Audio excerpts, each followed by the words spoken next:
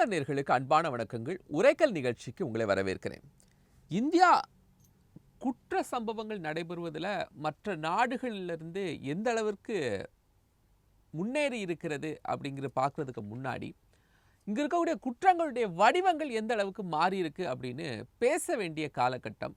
இது குறித்த விழிப்புணர்வை மக்களுக்கு கொண்டு சேர்க்க வேண்டிய நேரத்திலும் இந்தியா பயணித்துக் கொண்டிருக்கு. இதுக்கு காரணம் சமீபத்தில் நீதியரசர் ஆனந்த் வெங்கடேஷ் அவர்கள் கடந்த 6 மாதத்தில் கிட்டத்தட்ட 500 கோடி சைபர் கிரைம் குற்றங்கள் நடந்திருக்கு, 500 கோடி மதிப்பீட்டில். ஆனால் கடந்த 2024 ஓராண்டில் பார்க்கும்போது தமிழ்நாட்டில் மட்டும் 1600 கோடி ரூபாய்க்கு சைபர் குற்றங்கள் நடந்திருக்கு. மற்ற மாநிலங்கள் கணக்கிடும்போது ஒவ்வொரு மாநிலங்களுக்கும் வித்தியாசம் கோடிகளில் மாறுது. ஒட்டுமொத்தமாக இந்தியாவில் மட்டும் 15,000 கோடிக்கு சைபர் குற்றங்கள் நடந்திருக்கிறதா கணக்கீடு வருகிறது. இந்த குற்றங்களை எப்படி தடுக்கிறது? இந்த குற்றவாளிகள் எங்கிருந்து உருவாகிறாங்க? இன்னும் புதிதாக சைபர் ஸ்லேவரி அப்படிங்கிற புது வெர்ஷனில் குற்றவாளிகள் உருவாகி கொண்டு இருக்கிறாங்க. இதை தடுப்பதற்கும் விழிப்புணர்வை ஏற்படுத்துவதற்கான ஒரு விவாதமாகத்தான் இது கட்டமைக்கப்பட்டிருக்கிறது. சைபர் மோசடி 1600 கோடி, தடுக்க முடியாத அரசு, தப்ப முடியாத மக்கள்.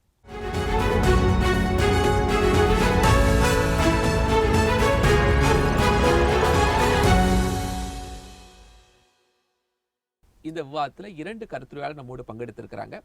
முன்னாள் IRS அதிகாரி வழக்கறிஞர் சரவணகுமரன், முன்னாள் ADSP சைபர் கிரைம் திரு எஸ் பாலு, இருவரும் வரவேற்றுக் கொள்கிறேன். வணக்கம். பாலு சார், உங்களுக்கு இந்த துறையில் கொஞ்சம் அதிகப்படியான அனுபவம் இருக்கிறதுனால சைபர் குற்றங்கள் ஒவ்வொரு முறையும் காவல்துறையினர் கட்டுப்படுத்த பார்க்குறாங்க. அதுக்கு தனிப்பிரிவு வந்துடுச்சு. நிறைய அட்வர்டைஸ்மெண்ட் கொடுக்குறாங்க. தொலைபேசி மூலமாகவே சைபர் குற்றங்கள் நடைபெறுது, நீங்கள் உஷாராக இருந்துக்குங்கன்னு அரசே விழிப்புணர்வு செய்கிற போதும் அந்த குற்றங்கள் அதிகரித்து கொண்டு இருக்கிறதுக்கான காரணம் என்ன? வணக்கம். தினமலர் உரைகளுக்கு இந்த மாதிரி ஒரு டாப்பிக்கை நீங்கள் எடுத்ததுக்கு நான் முதல்ல நன்றி சொல்லிக்கணும். ஏன்னா அந்த சைபர் சொசைட்டி ஆஃப் இந்தியாங்கிறது ஒரு NGO. நாங்கள் தான் அந்த ஏற்பாடு பண்ணி, அவங்க ஜஸ்டிஸ் ஆனந்த வெங்கடேஷும் PN பிரகாஷும் வந்தாங்க. அதில் நாங்கள் முக்கியமாக தலைப்பு கொடுத்ததுன்னா, சைபர் ஸ்பேஸில் பாதுகாப்பு மனிதனுக்கு முக்கியமாக தகவலுக்கு முக்கியமாக அப்படிங்கிற டாப்பிக்கில் தான் அதில் இனாக்ரேட் பண்ணது தான் ஜஸ்டிஸ். அதில் தான் சொன்னாங்க. இப்போ என்னென்னா, நம்ம அடிப்படையாக யூசர்ஸ் புரிஞ்சுக்கணும். இப்போ சாதாரணமாக என்னென்னாக்கா, வண்டியை முதல்ல நடந்து போனோம். இப்போ வெஹிக்கிளில் போகும்போது நான் டிரைவிங் தெரியணும்னு அவசியம் இல்லை. யாரோ ஒருத்தர் டிரைவிங் தான் 4 பேர் ஏறிட்டு போயிடலாம். ஆனால் இன்டர்நெட்டில் வந்து எனக்கு எல்லாமே தெரிஞ்சிருந்தால் தான் நான் அந்த இன்டர்நெட்டை யூஸ் பண்ணணும். அது நடக்குதானா? இல்லை. அடிப்படையாக சாதாரண மக்களும் புரிஞ்சுக்கணும். ஏன்னா எல்லோரும் மொபைல் ஃபோன் யூஸ் பண்ணுறோம். என்ன சைபர் கிரைமு? நீங்கள் ஆரம்பத்தில் மனிதர்கள் வந்து எப்படி கம்யூனிகேஷன் பண்ணாங்க? சைகை தானே, சைகை. அதே சைகை தான் இப்போவும் இருக்குது. இப்போ என்ன இருக்குன்னா, இந்த சைகையை வந்து நம்ம அவுட் சோர்ஸ் பண்ணிட்டோம். யாருக்கு? Computer, internet, network. இதுக்கு அவுட் சோர்ஸ் பண்ணிட்டோங்கும்போது ஒருத்தர்கிட்ட வேலையை நம்மளே செஞ்சோம்னா அது எப்படி இருக்கும்? இன்னொருத்தர்கிட்ட கொடுத்தா எப்படி இருக்கும்? இப்போ கம்ப்யூட்டர்கிட்ட கொடுத்துட்டோம்னா அதுவும் இதுதான். இப்போ என்ன ஆகுதுனாக்கா, அதில் கொடுத்த உடனே நமக்கு செலவு குறைச்ச.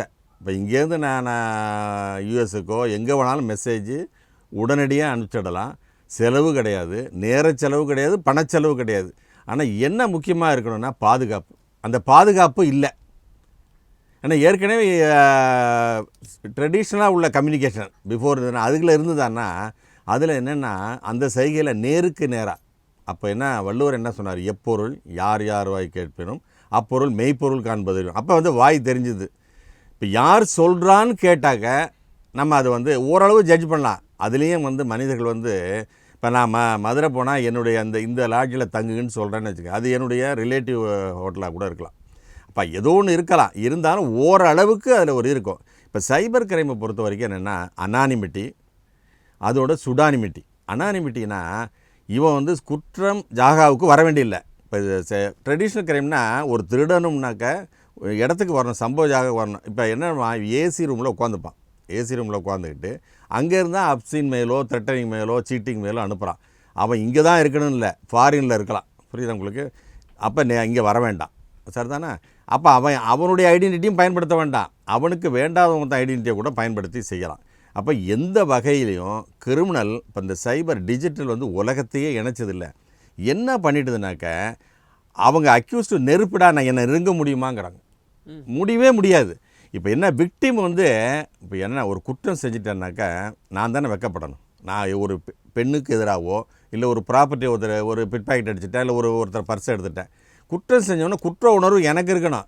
இப்போ எப்படி நான் சைபர் ஸ்பேஸில் யார் விக்டிமோ அவங்களுக்கு தான் குற்ற உணர்வு இருக்குது.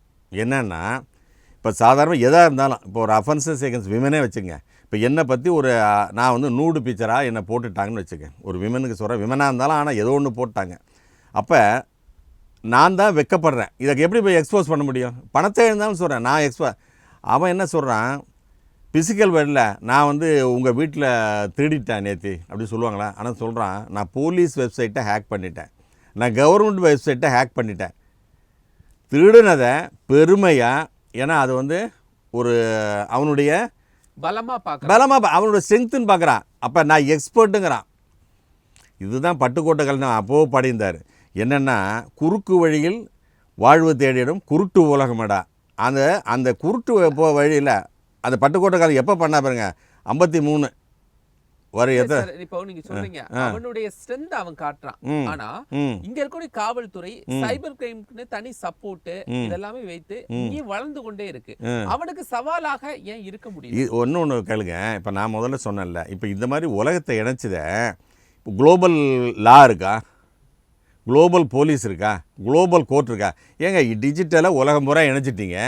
நீங்கள் வந்து இப்போ என்ன செய்கிறீங்க, இந்தியா அதுக்கு தனித்தனி. ஆனால் அப்போ எனக்கு மெயில் வருது, யூஎஸ்லேருந்து வருது, யூகேலேருந்து வருது. அது எப்படி போலீஸ் இன்வெஸ்டிகேஷன் பண்ணோம்?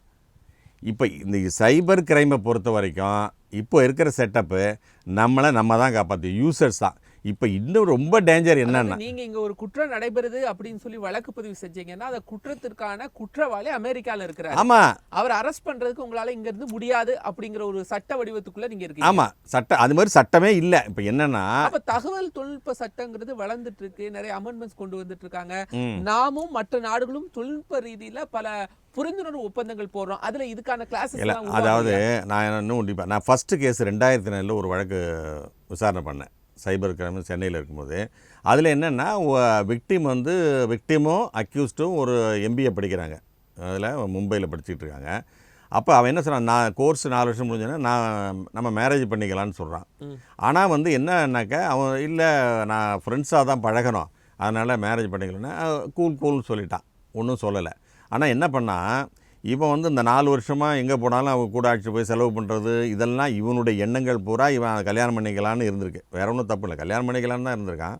ஆனால் அது இவன் ஒத்துக்கலைன்னொன்னே இவளை வந்து இவ்வளோ நாள் நம்மள்கிட்ட வாங்கி சாப்பிட்டாங்கல்ல, அதனால் இவங்களை பழி வாங்கணும் அப்படின்னு சொல்லிட்டு இவங்களை வந்து ஒரு தப்பான ஒரு கேர்ள் மாதிரி, கேர்ள்னு சொல்லுவாங்க, அது சொல்லாமான்னு தெரில, அது மாதிரி ஒன்று இது பண்ணி இவங்க வீட்டு நம்பர் இவங்களோட நம்பரு பேரண்ட்ஸ் நம்பர் கொடுத்து தான் வந்து ஹராஸ்மெண்ட்டு. இந்த ஹராஸ்மெண்ட்டுனாக்கா கால் வருதுன்னு வச்சுக்கோங்க, நமக்கு ஒரு ஃபோன் வந்தாலும் எவ்வளோ ஹராஸ்மெண்ட். அந்த ஃபோனில் வந்து என்ன மாதிரி ஒரு கொஸ்டின்ஸ் கேட்டிருப்பாங்க, அது ஃப்ரீன்னு சொன்னாக்கா நம்ம எப்படி அதை, ஏன்னா இது இன்டர்நெட்டில் ஒரு ஆபாச இதெல்லாம் குரூப்பில் போட்டு விட்டாங்க. வந்த உடனே நான் அந்த பெண்ணை பற்றி ஒரு சல்யூட் அடிக்கணும். ஏன்னா இதுதான் வேணுங்கிற கம்ப்ளைண்ட், எந்த ஒரு நிகழ்ச்சி நடந்தாலும் கம்ப்ளைண்ட் பண்ணணுங்கிறது சோஷியல் ரெஸ்பான்சிபிலிட்டி. உங்களுக்கு நிவாரணம் கிடைக்கலங்கிறது அடுத்த பிரச்சனை. இந்த பெண்ணு வந்து என்கிட்ட வந்து கம்ப்ளைண்ட் கொடுக்குறாப்புல 2004. இவங்க என்ன பண்ணுறாங்க, இது மாதிரி வந்த உடனே அக்யூஸ்டே கேட்குறாங்க, இந்த மாதிரி என்னை வந்து இது மாதிரி தப்பான பெண்ணுன்னு போட்டிருக்காங்க, என்ன பண்ணலாம், இதெல்லாம் 1 மாதம் இருக்க நீ விட்டுரு, போலீஸுக்கு போனால் அவனுக்கு ஒன்றுமே தெரியாது, அவனுக்கு மஸ்கிட்டோ நெட்டு தான் தெரியும், இன்டர்நெட்டை பற்றி தெரியாது, இப்படி ஒரு கேவலமாகவும் போலீஸை பற்றி சொல்லி போட்டான். அதான் அப்போ நான் வந்து வந்து அவர் கமிஷனர் நடராஜ் தான் அவர் போஸ்டிங் போட்டார், நான் அங்கே இருக்கேன் சைபர் கிரைமில். நான் வந்த உடனே என்னென்னா நம்ம இதை விடக்கூடாது. ஏன்னா எப்போவுமே அப்படி தான் நினைக்கணும். ஒரு பணியில் இருந்தால் உன்னுடைய நமக்கு பணி அதுதான். அந்த இதில் வந்து நான் எடுத்துக்கிட்டு அது என்னென்னா அந்த ஐபி அட்ரஸ்ன்னு சொல்லுவாங்க. அப்போ என்னென்னா இப்போ எப்படி நான் ஒரு ஃபோன் பண்ணேன்னா என் ஃபோன் நம்பர் உங்களுக்கு தெரியுது, அதை வச்சு நீங்கள் யாருன்னு கண்டுபிடிச்சிருவீங்க. அதே போல் இமெயிலில் கண்டுபிடிக்கிறோம் ஐபி அட்ரஸ்ன்னு சொல்லுவோம். நான் எதுக்கு சொல்ல வரேன்னா அந்த ஐபி அட்ரஸ் வச்சு அது மும்பைன்னு தெரிஞ்சது, அவங்கள்ட்ட கேட்டேன். அப்புறம் போய் அந்த அக்யூஸ்ட் அரெஸ்ட் பண்ணுவோம். அவன் முதல்ல கேள்வி கேட்டது, சார் நான் வந்து என்னை கண்டுபிடிக்க முடியாதுன்னு தான் அந்த குற்றம் பண்ணேன். அவன் சொல்கிறான், எதுக்கு சொல்கிறான்னா இப்போ இதுதான் பிரச்சனை. இப்போ ட்ரெடிஷ்னலில் நான் ஏன் தப்பு பண்ணாமல் இருக்கேன்னாக்கா, போலீஸ் பிடிச்சிருவாங்க, இல்லை சமுதாயத்தில் பார்த்தாக்கா என்னை ஒதுக்கி வச்சுருவாங்க. இப்போ நான் ஏதாவது ஒரு தப்பு பண்ணிட்டு இருக்கேன், இவன் வந்து சைபர் குற்றவாளிகளுக்கு சைபர் குற்றவாளி தான் எக்ஸ்போஸே அவனை பிடிக்கவும் முடியாது. பிடிக்க முடியாம அவனை எப்படி நீங்கள் இது பண்ணுவீங்க? அவனுக்கு பயமே கிடையாது. இல்ல இப்போ வளர்ந்துருக்குல்ல, இப்போ அவர்கள் எந்த அளவுக்கு தங்களை அறிவுபூர்வமா எக்யூப் பண்ணி வச்சிருக்காங்களோ அதே மாதிரி சைபர் காவல்துறைன்னு தனியா பிரான்ச் உருவாக்கி இவங்களும் எக்யூப்டா தானே இருக்காங்க. இல்லைங்க, அதாவது என்னன்னாக்கா யூசேஜ் அதிகமாக போச்சு. முதல்ல இருக்கும்போது இன்டர்நெட்டு இப்போ குறைச்சலாந்து, இப்போ பேண்ட்வித்து நிறைய பண்ணியிருக்காங்க. எல்லாருக்கும் எல்லாமே நிறைய செலவு குறைச்சல நம்ம இன்டர்நெட்டு கிடைக்குது. அப்போ எல்லாரும் யூஸ் பண்ணுறாங்க, யூஸ் பண்ணாதவங்களே கிடையாது. ஆனால் அது முறைப்படி யூஸ் பண்ணுறாங்களா இல்லையா? இப்போ சாதாரணமாக என்னென்னாக்கா, இப்போ நான் முதல்ல சொன்னேன்ல, குற்றவாளி குற்ற உணர்வு கிடையாது, குற்றவாளியை நெருங்க முடியாது அப்படிங்கிற எண்ணத்தை. ஏன்னா ஒவ்வொரு மனிதனுக்குங்க மிருக குணம் இருக்கும், அது டிஃபால்ட்டுமே. என்னன்னாக்கா மனிதர்களுக்கு மட்டும் நல்ல குணம் டிஃபால்ட் இல்லை, கெட்ட குணம் தான் டிஃபால்ட்டு. நான் தத்துவமாக தான் பேசுவேன். நான் என்ன கேட்குறேன், சைபர் குற்றங்கள் எந்த அளவுக்கு நம்மால் கண்டுபிடிக்க முடியும், எந்த அளவுக்கு நம்ம டெவலப் ஆகிருக்கோம்? நம்ம டெவலப் ஆனதெல்லாம் பிடிச்சிக்கிட்டு தான் இருக்கோம். ஏன்னா அந்த ஈக்குவல் நீங்கள் சொல்கிற மாதிரி ப்ரிவென்ஷன் அங்கே பண்ண முடியல. தொடர்ந்து ஏமாற்றக்கூடிய மெசேஜஸ் வந்துட்டு இருக்கு, ஃபேஸ்புக் வந்துருக்கு, பிளாக் தான் பண்ண முடியுதை தாண்டி யார் இந்த வேலைகளை செய்கிறாங்கிறத ஐடென்டிஃபை பண்ணி அவங்களுக்கான அங்கே ரீச்சே பண்ண முடியல உங்களுக்கு. ஏன்னா நான் தான் சொன்னல, இப்போ குளோபலாக இப்போ அங்கேருந்து ரீச் பண்ணுற அளவுக்கு டெவலப் ஆக முடியாதா? சைபர் செக்யூரிட்டியில் இன்னும் டெவலப் ஆகும். ஆமாம், டெவலப் அதாவது அந்த மாதிரி குளோபல் லெவலில் வந்தால் தாங்க அது சட்டப்படி தடுக்க முடியும். இப்போதைக்கு உள்ள பிரச்சனை என்னென்னா, நீங்கள் தான் சேஃப்கார்டாக இருந்துக்கணும். அது மக்களுக்கு விழிப்புணர்வு அது இருக்கு, பதாகைகள் மூலமாக வெளிப்படுத்த. அது இன்னொரு டெவலப்மெண்ட் என்னன்னாக்கா, எல்லாம் முடிஞ்சு இப்போ ஆர்டிஃபிஷியல் இன்டெலிஜென்ஸ் வந்துடுது. முதல்ல தகவல் தான் வந்தது. இப்போ நீங்கள் பேசுகிறீங்கன்னா உங்கள் குரல்லையும் பேசலாம், உங்கள் உருவம் வரலாம். இதை நான் எப்படி இது பண்ணுறது? இதுதான் இப்போ வந்து ஒரு வீடியோ காலிங்கில் வந்தாச்சுன்னா காவல் நிலையத்தில் காவல்துறை அதிகாரியே பேச. ஆமாம், அது மாதிரி தான். அதனால தான் அதான் இப்போ குரோர்ஸ் கணக்கில் வருது. என்னன்னாக்கா அந்த இதனால தான் வருது அப்படி. ஏன்னாக்கா இந்த மாதிரி டிஜிட்டல்ஸ் போலீஸு இல்லை ட்ராயிலேருந்து பேசுகிறாங்க, அதில் பேசுகிறாங்க, இல்லை ஒரு பார்சல் வந்திருக்கு, அது உங்கள் ஐடென்டிட்டி யூஸ் பண்ணி உங்களை அரெஸ்ட் பண்ண போகிறோம், டிஜிட்டலர்ஸு அப்படின்னு சொல்லி தான் நடக்குது. நீங்கள் திரு சரவணகுமரன் சார், உங்களுக்கு பல மாநிலங்களில் நிறைய பழக்கங்கள் இருக்கும். நான் குறிப்பாக அந்த சைபர் குற்றவாளிகள்லாம் சில பகுதிகளிலிருந்து அதிகமாக வராங்க, சில ஊர்களிலிருந்து தான் இந்த சைபர் குற்றங்கள் எல்லாமே இந்தியா முழுவதும் நடத்தப்படுது. ஜார்க்கண்ட்லேருந்து மதுரா, இந்த மாதிரி பல்வேறு பகுதிகளை சொல்கிறாங்க. அந்த பகுதிகளில் மட்டும் எப்படி உருவாகுறாங்க, இல்லை ஒட்டுமொத்தமாக இந்தியா முழுவதும் பல இடங்கள்ல இருக்கா? அதாவது சைபர் குற்றவாளிகள் எங்க இருக்காங்க, சைபர் குற்றத்தால் பாதிக்கப்படுறவங்க எங்க இருக்காங்க? கேக்குதா? என்னோட வாய்ஸ் கிளாரிட்டியா இருக்கா? சார் பேசலாம். சைபர் குற்றத்தால் பாதிக்கப்படுறவங்க பெரும்பாலும் தென்னிந்தியாவில் இருக்கிறாங்க. இப்ப தமிழ்நாடுல உங்க டேட்டா வந்து ஒரு 1600 கோடி ரூபாய் இழந்திருக்காங்க. கர்நாடகாவில் உங்க டேட்டா 1500 கோடி இழந்திருக்காங்க. என்ன வட இந்தியாவில் பாத்தீங்கன்னா நம்பர் கம்மியா இருக்கும். அதுக்கு 2 காரணம்.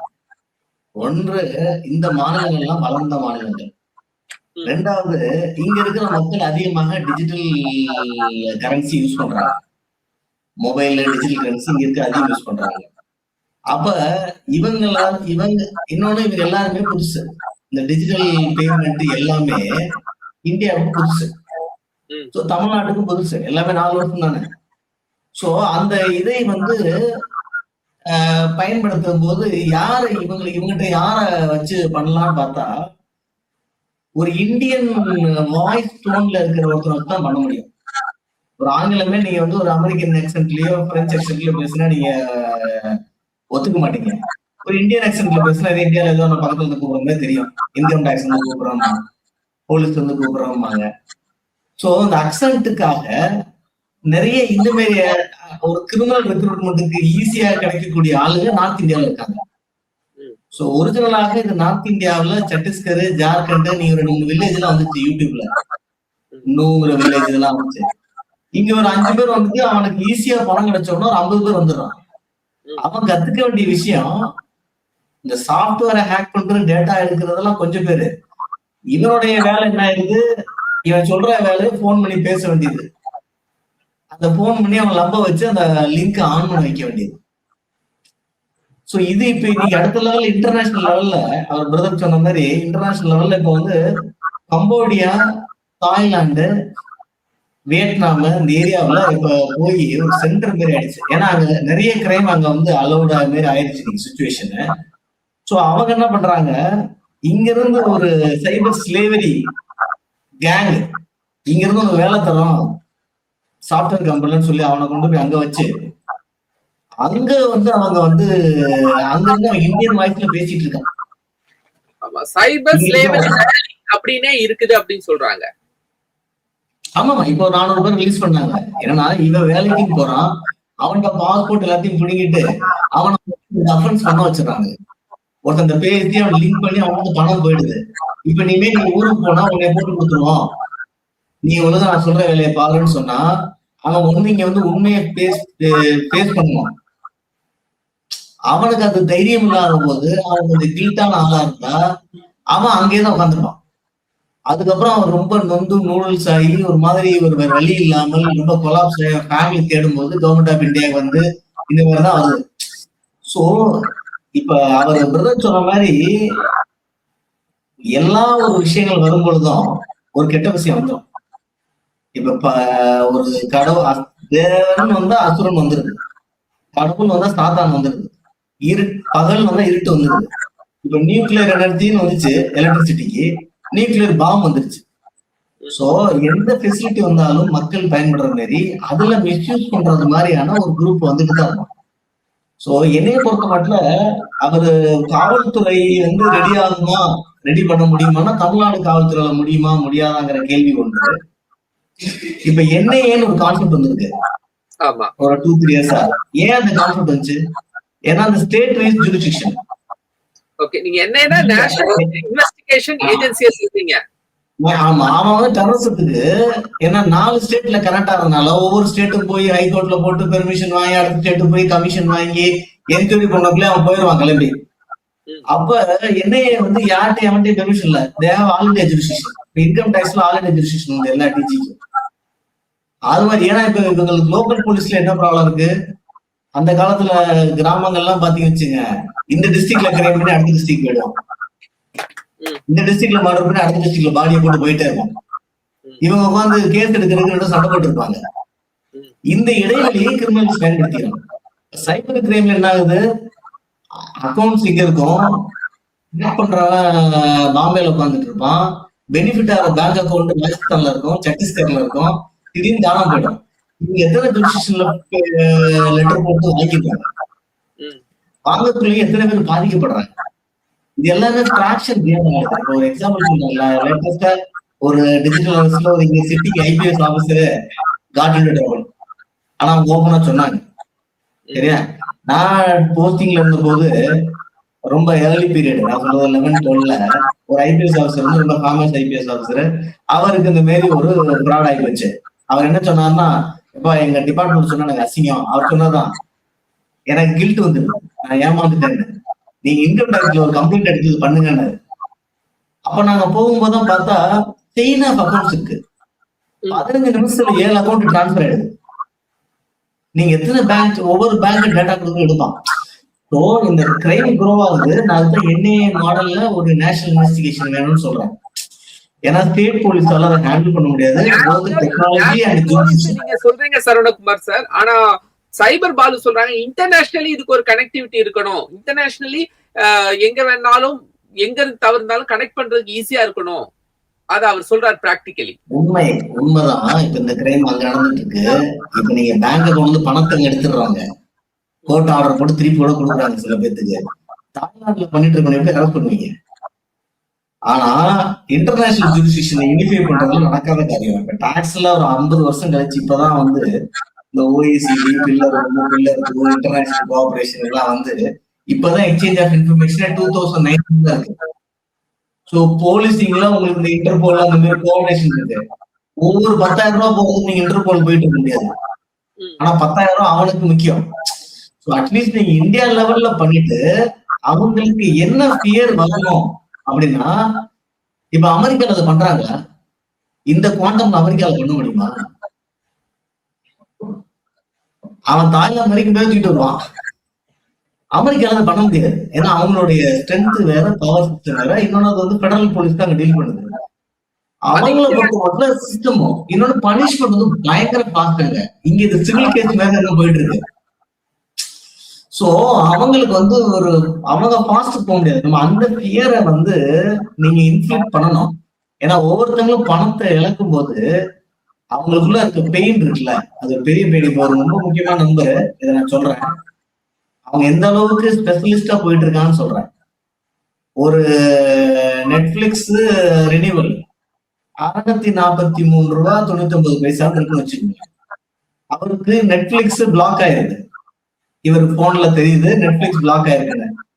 பிளாக் ஆன கொஞ்ச நேரத்துல நெட்ஃபிளிக்ஸ் மெசேஜ் வர்றதுக்கு முன்னாடி ஒரு லிங்க் வருது. ரினியூ த நெட்வொர்க் நெட்ஃபிளிக்ஸ் பே 643.99 வருது. இவர் ஓகே நெட்ஃபிளிக்ஸ் அனுப்பிட்டான்னு கிளிக் பண்ணிடுறாரு. பேமெண்ட் போகும்போதுதான் தெரியுது அது 64,399 ரூபான்னு. It is not 64.3.99, it is 64,399. அப்ப என்ன அர்த்தம்? நெட்ஃபிளிக்ஸ் இவருக்குள்ள காலாவாதியாக டேட்டா வந்திருக்கு. நெட்ஃபிளிக்ஸ்காரங்க ரியாக்ட் பண்றதுக்கு முன்னாடி அவர் லிங்க் அனுப்புற ஸ்பீடு இருக்கு. அதுல என்ன போட்டா யாருக்குனாலும் ஏமாறுவாங்கன்னு ஒரு கோடு இருக்கு அந்த நம்பர்ல.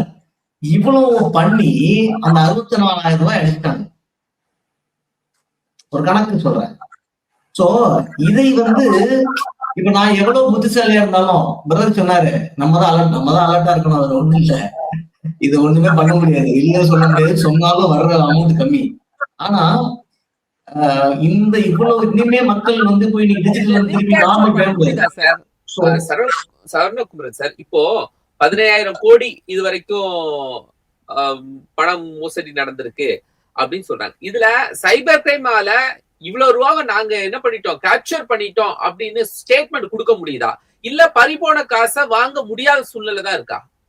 இல்ல அவங்க என்ன பண்றாங்க சைபர் கிரைம்ல, இப்ப நம்ம ஒரு 4-5 மேட்டர்ஸ் நாங்க க்ளோஸா பார்த்தபோது கண்டுபிடிச்ச பார்த்த விஷயம், வந்தோம் எஃப்ஐஆர் ஃபைல் பண்ணிடுறாங்க. குயிக்கா எஃப்ஐஆர் ஃபைல் பண்றாங்க. எல்லா டிஸ்ட்ரிக்ட்லயும் ஒரு டீம் வச்சிருக்காங்க.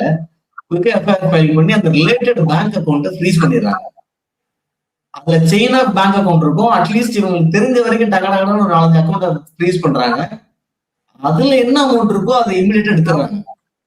இப்ப எடுத்ததுக்கு அப்புறம் அதை கோர்ட்ல ப்ரொடியூஸ் பண்றாங்க.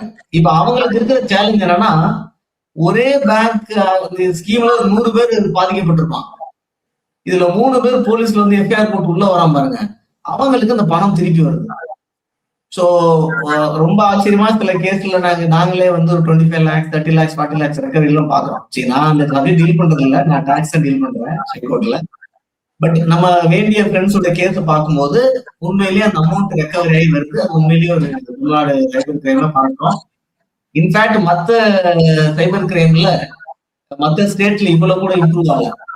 இன்னொரு விஷயம் தமிழ்நாடு சைபர் கிரைம் கொஞ்சம் அப்ரிஷியேட் பண்ண வேண்டிய விஷயம் இருக்கு. என்னன்னா, இந்த சைபர் கிரைம்ல இன்னொரு ட்ரெண்ட் பண்ணிருக்காங்க அந்த பசங்க, இந்த ஃப்ராட்ஸ் என்ன பண்றான், ஒரு பேமெண்ட் அடுத்த விக்டிம்ல இருந்து உங்களுக்கு வருது.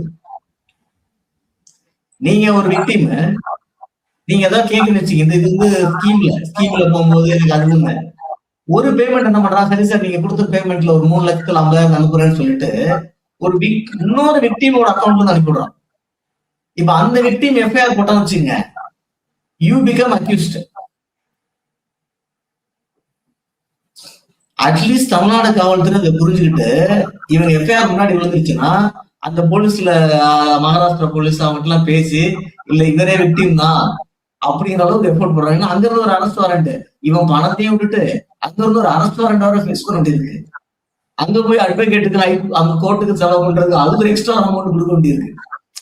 ஸோ இந்த விஷயங்கள்லாம் இவங்க பண்றாங்க. பட் அது நீட் ஆஃப் அவர் வந்து என்ஐஏ மாதிரி ஒரு நேஷனல் லெவல் சைபர் கிரைம் வந்து ஒரு செட்டப்.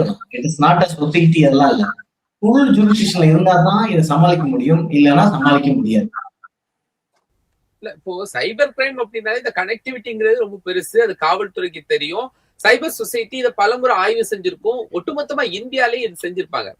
ஒரு பகுதியில இருந்து சைபர் குற்றவாளியை ஐடென்டிஃபை பண்ணி அவங்களை கேப்சர் பண்ணும் போது அவங்க என்னென்ன மாடல்ல இந்த மாதிரி திருட்டுகள் செய்யறாங்க அப்படிங்கறத ஒரு ஸ்டடி பண்ண முடியும். அந்த ஸ்டடி பண்றதுனால அடுத்தடுத்த திருட்டுகள் நடக்காமல் பாதுகாத்துக்க கூடிய ஒரு சூழல் நமக்கு உருவாகலையாயினும். இல்ல அதாவது இதுல இன்னோவேஷன், அவன் நெகட்டிவ் இன்னோவேஷனுக்கு ஸ்கோப் ஜாஸ்தி. ஏன்னா அவன் ஒரு இடத்துல உட்கார்ந்து பண்றான், அவனுக்கு 120 கோடி மக்களும் கஸ்டமரா இருக்கான். சோ அவன் வந்து இப்ப நான் சொன்னது லாஸ்டா சொன்னது ஒண்ணு. அதுக்கு முன்னாடி என்ன, இப்ப நீங்க எல்லா போன்ல உங்களுக்கு ஒரு அலர்ட் வந்துட்டு இருக்கு. சிபிஐல இருந்து, இன்கம் டாக்ஸ்ல இருந்து, இடில இருந்து பேசுவாங்க சொன்னால் நீங்கள் உடனே செல்ல வேண்டாம் அலர்ட் ஏன் வருது? இது போனதுக்கு நீங்க பண்ற பொறுப்பாடுனஸ். இப்ப அவன் அதை விட்டு அடுத்தது போயிடறான். அவங்களுக்கு அடுத்தடுத்த லெவல் பண்றது ஈஸி.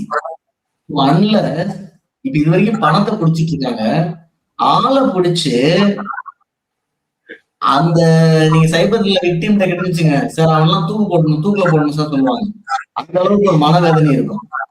ஸோ ஆளை பிடிச்சி பனிஷ் பண்ணாதான் ஒரே ஆப்ஷன். நீங்க வந்து இன்னோவேஷன் வந்து அவன் வந்து நீங்க பண்ற எத்தனையோ பினான்சியல் டிரான்சாக்சன் இருக்குல்ல, நீங்க EB bill, water bill, phone bill, tickets, இந்த மாதிரி எத்தனையோ டிரான்சாக்சன், நீங்க லோன் ரீபேமெண்ட், ஆன்லைன் பேங்கிங், என்ன எத்தனையோ வெண்டர் பேமெண்ட், எல்லாமே நீங்க வந்து ஃபுல்லா ஆன்லைன்ல போகும்போது அந்த சிஸ்டத்தை ஹேக் பண்ணி நீங்க வெறுமனே பாஸ்வேர்டை பிடிச்சி லிங்க் கொடுத்துட்டாங்கன்னா அதுல இருந்து எவ்வளவு வேணாலும் படம் எடுக்க முடிய மாதிரி ஒரு செட்டப் இருக்குல்ல. சோ அதுல ஒரு அவங்க பண்ற இன்னோவேஷன் நீங்க அட்வான்ஸா ப்ரிப்பேர் ஆகிறது கஷ்டம். அந்த அட்வான்ஸ் ப்ரிப்பரேஷனை காவல்துறையினர்கள் தங்களை எக்யூப் பண்ணிக்கிறது கஷ்டம் அப்படிங்கிறீங்க. அவங்க என்ன சிந்திக்க போறாங்கிறத காவல்துறை சிந்திக்க முடியாது. ஆமா, ஆனா காவல்துறை கண்டிப்பாக ரெடி ஆகணும். வந்து மக்கள் ரெடி ஆக சொல்லக்கூடாது. இப்ப பிரதர் வந்து ரிட்டையர் ஆயிட்டாரா, இதே சர்வீஸ் ஆஃபீஸரா தான் நான் கடுமையா அதுல எடுத்திருப்பேன். ஏன்னா அவங்கதான் ப்ரிப்பேர் பண்ணணும். அவங்க பாருங்க, அதெல்லாம் பீப்புளுக்கு நம்ம அவேர்னஸ் கொடுக்கிறது. டிஜிட்டல் லிட்ரஸி நீங்க கொடுக்கணும், அது யாருமே என்ன கொடுக்கல. எப்படி மெயின்டைன் பண்றது சொல்லி தரல, யாரும் கொடுக்கல. அவங்க எல்லாரும் போன வாங்கிட்டு ஆன்லைன் பேங்கிங்க போட்டு அவங்க பாட்டு ஜாலியா போயிட்டு இருக்காங்க. திரு பாலு, குற்றவாளிகளுக்கு பின்னாடி ஓடுறீங்க, அந்த குற்றவாளிகள் உருவாகாம உங்களால தடுக்க முடியலையே. அதாவது இதை முதல்ல புரிஞ்சுக்கணும். அதாவது முதல்ல இருந்ததுக்கு இப்போ டெவலப்மெண்ட்டாக இருக்குது. அதாவது இவர் சார் என்னையே சொன்னார்ல, இந்தியன் சைபர் கிரைம் கோஆர்டினேஷன் சென்டர்னு இருக்குது. அதாவது போலீஸுங்கிறது ஸ்டேட் சப்ஜெக்ட், புரியுதா உங்களுக்கு? ஆனால் இப்போ வந்து நேஷனல் லெவலில் அதுக்கு நடவடிக்கை எடுத்துக்கிட்டு இருக்காங்க. இப்போ என்னென்னா அந்த 1930ங்கிறது இப்போ வந்தது. அடுத்தது 1930னா ஒரு பணத்தை இழந்தினா உடனே 1930க்கு ஃபோன் பண்ணினா அந்த பணத்தை வந்து ஃப்ரீஸ் பண்ணுவாங்க. எப்போதும் ஹேக்கர் வந்து நேரடியாக ஏலேருந்து எடுக்க மாட்டான். இப்போ இன்னொருத்தரை ஒரு பலிகடா வச்சு அங்கே அக்கௌண்ட்டை பணத்தை போட்டு அதுலேருந்து எடுப்பான். இப்போ நீங்கள் உடனே ஃபோன் பண்ணிட்டீங்கனாக்க அந்த அப்படியே என்டையர் அமௌண்ட்டும் ஃப்ரீஸ் ஆகிடும். நிறைய ரெக்கவர் பண்ணி கொடுத்துருக்காங்க. நான் என்ன சொல்கிறேன், இது வந்து காட்டாற்று வெள்ளம் பேர் போகுது. ஆனால் நடவடிக்கைகள் நிறைய இன்க்ரீஸ் ஆகிடுச்சு. இப்போ முன்னெல்லாம் இப்போ நான் 2005 மும்பையில் போய் நடத்தினேன். இது வந்து போலீஸுங்கிறது ஸ்டேட் சப்ஜெக்ட்டுன்னு சொன்னாங்க. இப்போ அப்படி சொல்ல முடியாது. இப்போ நான் குளோபல்னு சொன்னேன்ல, இப்போ நேஷ்னல் லெவலில் நடவடிக்கை எடுத்துக்கிட்டு தான் இருக்காங்க. இப்போ கம்ப்ளைண்ட் பண்ணுறதுனா முன்னெல்லாம் போலீஸ் ஸ்டேஷன் போகணும்ல, தேவையே இல்லை. இப்போ ஆன்லைன்லேயே போர்ட்டல் இருக்குது, cybercrime.gov.in. கம்ப்ளைண்ட் பண்ணலாம், 1930 கால் பண்ணலாம். புரியுதா உங்களுக்கு? இப்போ அசோக் நகரில் இதுக்குன்னு ஒரு ஏடிஜிபி மிஸ்டர் சந்தீப் மெட்டல் இருக்கார். இப்போ நான் அப்போ வந்து ஏசி நான் இருக்கும்போது 2 சைபர் செல்லு தான் இருந்தது. இப்போ ஒவ்வொரு மாவட்டத்துலேயும் சைபர் செல் இருக்குது. ஒரு இதுக்கு தலைமை வந்து ஏடிஜிபி லெவலில் டைரக்ட் கண்ட்ரோல் ஒரு இதுலையும் இருக்குது. அதனால் நம்ம அதாவது நடவடிக்கை எடுத்துக்கிட்டு தான் இருக்காங்க போலீஸ். ஆனால் இந்த சைபர் கிரைம்ங்கிறது இது இண்டிவிஜுவல் ரெஸ்பான்சிபிலிட்டி. அது முதல்ல நம்ம புரிஞ்சுக்கணும். அது நம்ம டெய்லி சொல்லிட்டு அல்ல அவேர்னஸ் இல்லை சொல்கிறோங்க. அவங்க தான் ரொம்ப எக்யூப்டா யாரை ஏமாத்தலாம் அப்படின்னு ரொம்ப இல்லை அவன் பாருங்க, ஏமாத்துறவன் எப்பொழுதும் திருடுறவன் தாங்க முன்னாடி போவான். நீங்கள் என்ன சொல்கிறீங்க? காவல்துறையில பத்திரிகை செய்தி தான் மிக உயர்ந்த இடத்துல இருக்கக்கூடிய காவல்துறை அதிகாரி இதுல ஏமாறுறாங்க, அவங்களுடைய வீட்டில் இருக்கக்கூடிய ஏமாறுறாங்க, தினமும் பத்திரிகை படிக்கிறவங்க. அதை தான் நான் சொல்கிறேன். நீங்கள் வந்து எல்லாம் மொபைலே பார்த்துக்கிட்டு இருக்காங்க. நீங்கள் வந்து ஹார்டாக பத்திரிக்கை வருதில்ல, அது எந்த பத்திரிக்கையை படிச்சிங்கன்னா அது உண்மையான செய்தி தான் வரும். நீ இன்டர்நெட்டில் வர்றது எல்லாமே உண்மையான செய்தின்னு எப்படி சொல்ல முடியும்? டிஜிட்டலில் வர்றது அதுக்கு ஏதாவது ரெஸ்ட்ரிக்ஷன் இருக்கா? அதில் ஏதாவது எடிட்டிங் இருக்கா? இப்போ நீங்கள் உங்கள் பேப்பரில் போடுறீங்கன்னா அது உண்மையான நியூஸ், எந்த பேப்பராக இருக்கட்டும். அந்த பழக்கம் இருந்ததுனாக்கா இப்போ இந்த மாதிரி ஃப்ராடு நடக்குதுன்னு தெரிய வரும். இப்போ நம்ம எல்லாம் அவேர்னஸ் பண்ணுறோம். நம்ம அவேர்னஸ் பண்ணதெல்லாம் எல்லாருமே கவரப் பண்ணுறாங்க.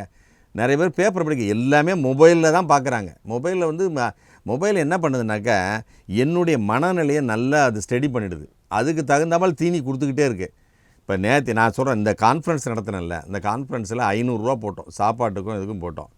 ஒருத்தர் பேசுகிறாரு, சார் இந்த மாதிரி நான் அட்டன் பண்ணலாமா என்ன? நான் சொன்னேன், ஸ்டூடெண்ட்டெல்லாம் ஃப்ரீ, நீங்கள் மற்றவங்க வந்தால் 500 கட்டுங்க. ஏன்னா நான் வந்து 500 மத்தியானம் சாப்பாடு போடுறோம் இது போகிறோன்னு சொன்னேன். அவர் சொன்னார், நான் வந்து 27 லட்சம் இழந்துட்டேன் சார். 27 லட்சம் அப்படி இழந்தவர் ஏன் 500 நான் கட்டணுமான்னார். நான் சொன்னேன், நீங்கள் கேட்குறது ரொம்ப நல்லா இருக்குது. 500 கட்டுறதுக்கு நீங்கள் ஏன் கட்டணும் 500 கேட்குறீங்க? 27 லட்சம் இழந்தீங்க, ஏன் இழந்தீங்க? ஹிப்னாட்டிசம் இல்லை, பேராசை.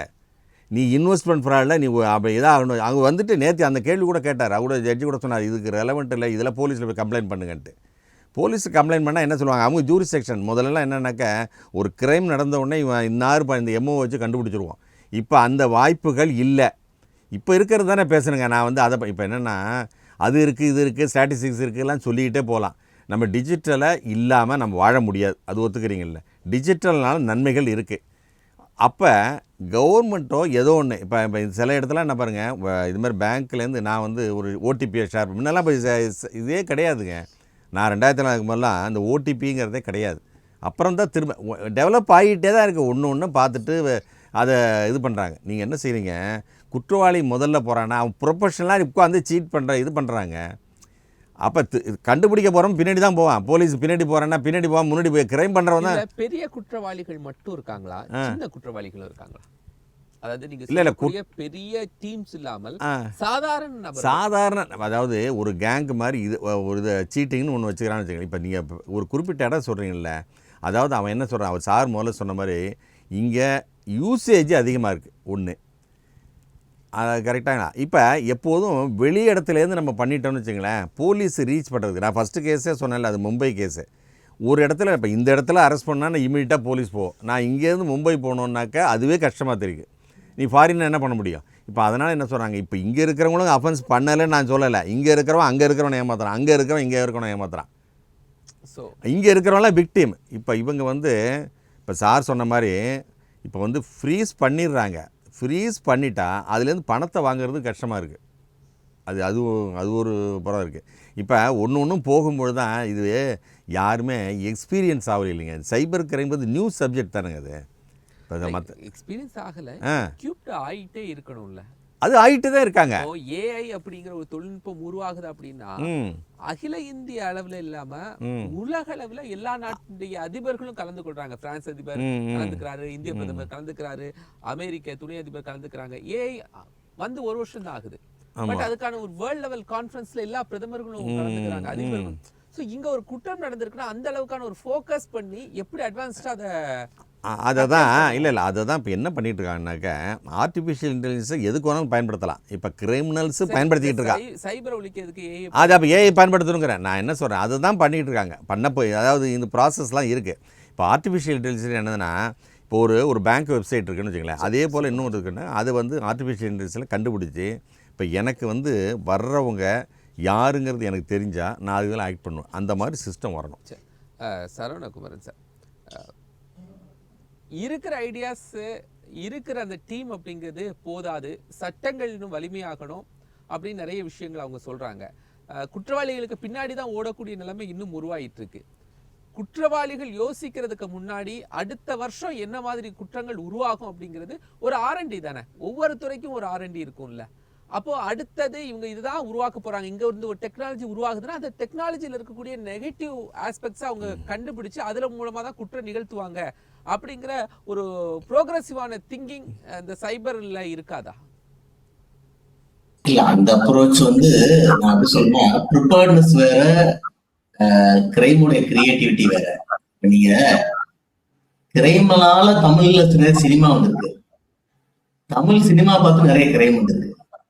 நீங்க கிரியேட்டிவிட்டி பண்றேன்னு அவனுக்கு ஒரு டூல் கொடுத்துடக்கூடாது. ஸோ ப்ரிப்பேர்ட்னஸ்ல ரெண்டா நம்ம பிரிச்சுக்கலாம். ஒண்ணு வந்து இண்டிவிஜுவல் ப்ரிப்பேர்ட்னஸ். இண்டிவிஜுவல் ப்ரிப்பேர்ட்னஸ்ல நம்ம இண்டிவிஜுவலோட டிஜிட்டல் லிட்ரஸி என்கரேஜ் பண்ணணும். அதாவது மொபைல்ல எப்படி டேட்டாவை ஸ்டோர் பண்றது, எப்படி இப்ப நாங்க 2 பேரும் பேசிட்டு இருக்கோம், 3 பேர் பேசிட்டு விட்டு வைக்கலாம். நம்ம 3 பேர் பேசிட்டு இருக்கோம், நம்ம 3 பேருமே இந்த ரெட் ஜோனுக்கு கிரீன் ஜோன் ஒண்ணு இல்ல, ரெட் ஜோன் தான் இருக்கும். ஏன்னா நம்மளுடைய சிஸ்டம்லோ நம்மளுடைய மொபைலோ அதுல இருக்கிற டேட்டாஸோ யார் வேணாலும் நீங்க எடுக்கிற மாதிரி இருக்கும். சரியா? ஐடி இன்கம் டேக்ஸோட டேட்டாஸ் எடுத்து பேசுறதெல்லாம் நாங்க பாக்குறோம். இன்கம் டேக்ஸோட டேட்டா எடுக்க முடியுதுன்னா அதெல்லாம் ரொம்ப செக்யூர் டேட்டாஸ். சரியா? ஒருத்தர் வந்து ரீசெண்டா ஒரு சில ரீஃபண்ட் உங்களுக்கு வருது சார், அவங்க டேட்டாலாம் கொடுத்தோம்னா ஒரு ரீஃபண்ட் வந்து ஆசையா டேட்டா கொடுத்தாரு, உண்மையிலேயே ஒரு இன்கம் டேக்ஸ் ரீஃபண்ட் வருது. அந்த டேட்டாவை எப்படி எடுக்க முடிஞ்சதுன்னு எனக்கு ஆச்சரியமா இருக்கு. அவரு ரீஃபண்ட் வருது இல்ல, கரெக்ட் பக்காதான்னு சொல்லி அவரு கொடுத்துரு. இப்ப 10,000 ரீஃபண்ட் வருது, 20,000 போயிடுச்சு. சோ இந்த இண்டிவிஜுவல் டேட்டா லிட்டரசி எப்படி பண்றது ஒண்ணு, கவர்மெண்ட் ஏஜென்சிஸ் அவங்களோட டேட்டா எப்படி ப்ரொடெக்ட் பண்றாங்க, ஆதாரா இருக்கட்டும், சிபிலா இருக்கட்டும், பேங்க் டேட்டாவா இருக்கட்டும், மத்த டேட்டா பினான்சியல் டேட்டா எப்படி அவங்க பண்ண போறாங்க. ரெண்டாவது, இதுக்கு தான் நம்ம அதிகமான ப்ரிப்பரேஷன் பண்ணணும் அப்படிங்கிறது என்னுடைய ஃபீலிங். மூணாவது, நீங்க காவல்துறை வந்து நேஷனல் ஜூரிஸ்டிக்ஷன் கொடுத்து, நேஷனல் ஜூரிஸ்டிக்ஷனா ஒவ்வொரு ஸ்டேட் பொலிட்டிக்ஸ் கிடையாது, மேபி என்ஐஏ மாடல்ல ஒரு போலீஸை கிரியேட் பண்ணி, ஏன்னா இதுல எத்தனை பேர் ஹார்ட் அட்டாக்ல போவாங்கன்னு தெரியாது. சரியா? என்ஐஏ மாடல்ல கிரியேட் பண்ணி அந்த ஃபிராக்ஷன் ஆஃப் செகண்ட்ல அவங்க ரியாக்ட் பண்ணாதான் இந்த டிரான்சாக்ஷன் நிறுத்த முடியும். அல்லாம் வந்து பேங்க் கோஆர்டினேஷன், எல்லா ஃப்ராட்லயுமே பேங்க் வழியே தான் போகுது. இது எதுவுமே கேஷ் இல்ல, இது ஒரு black money passing through bank. Moment இல்ல என்ன சொல்றீங்க, அந்த ஸ்ட்ரென்த் இருக்கா? இப்போ நீங்க as soon as possible குயிக்கா ஒரு டிரான்சாக்ஷனை ஸ்டாப் பண்ணணும் அப்படின்னு சொல்லும்போது போனா உடனே ஸ்டாப் ஆகுறதுக்கான ஸ்ட்ரென்த் இருக்கா? இல்ல, எல்லாருமே பிளாக் மணிங்கிறத கேஷ் ஏதோ ஒரு இடத்துல அடுக்கி வச்சிருக்கணும்னு நினைச்சிருக்காங்க எல்லாருமே. இந்தியா முழுக்கவே அந்த இருக்கு. ஏன்னா சினிமாலயே பிளாக் மணின்னா ஏதோ ஒரு கண்டெய்னர் வச்சுதான் காட்டுறாங்க. நான் பிளாக் மணி அப்படி கிடையாது. இப்ப ஒருத்தர்கிட்ட ஒரிஜினலா அவர்கிட்ட இருக்க ஜென்யூன் மணிய அவன் எடுத்து ஒரு அக்கௌண்ட் கொண்டு போயிட்டு அது பிளாக் மணி ஆயிடுது, அவன் அன் அக்கௌண்ட் இன்கம் ஆயிடுது. அந்த பணம் போன உடனே அடுத்த நிமிஷம் 4 பேங்க் டிரான்ஸ்பர் ஆகுதுல்ல. நீங்க ஒரு ஃபிராக்ஷன் ஆஃப் செகண்ட்ல நீங்க எடுத்தீங்கன்னா, ஃபார் எக்ஸாம்பிள் எஸ்பிஐல இருந்து பணம் வந்து ஆக்சிஸ் பேங்க் போயிடுச்சு வச்சுங்க, ஆக்சிஸ் பேங்க் நீ அலர்ட் பண்ணி பேரலா அடுத்த பேங்க் அலர்ட் பண்ணிட்டாங்கன்னா 3வது பேங்க் அக்கௌண்ட் ஃப்ரீஸ் பண்ணுவான். இதுக்கு உங்களுக்கு இருக்கிற டைம் 10 நிமிஷம் 10 நிமிஷம் தான். அப்பனா ஃபுல் பணத்தையும் ஃப்ரீஸ் பண்ண முடியும். இதை வந்து சென்னையில உட்காந்து ஒரு காவல்துறை அதிகாரியால பண்ண முடியாது. பாம்பேலயும் டெல்லியிலயும் உட்காந்துட்டு ஆல் இண்டியா ஜுடிஷியல் வந்து எல்லா பேங்க்கும் டைரக்டா வந்து இந்த அக்கௌண்ட் உடனே ஃப்ரீஸ் பண்ணு அப்படின்னு ஆன்லைன்ல ஆர்டர் போட்டு அந்த அளவுக்கு அதுக்கு சிஸ்டத்தை கிரியேட் பண்ணா மட்டும்தான் அதை பண்ண முடியும். சரியா?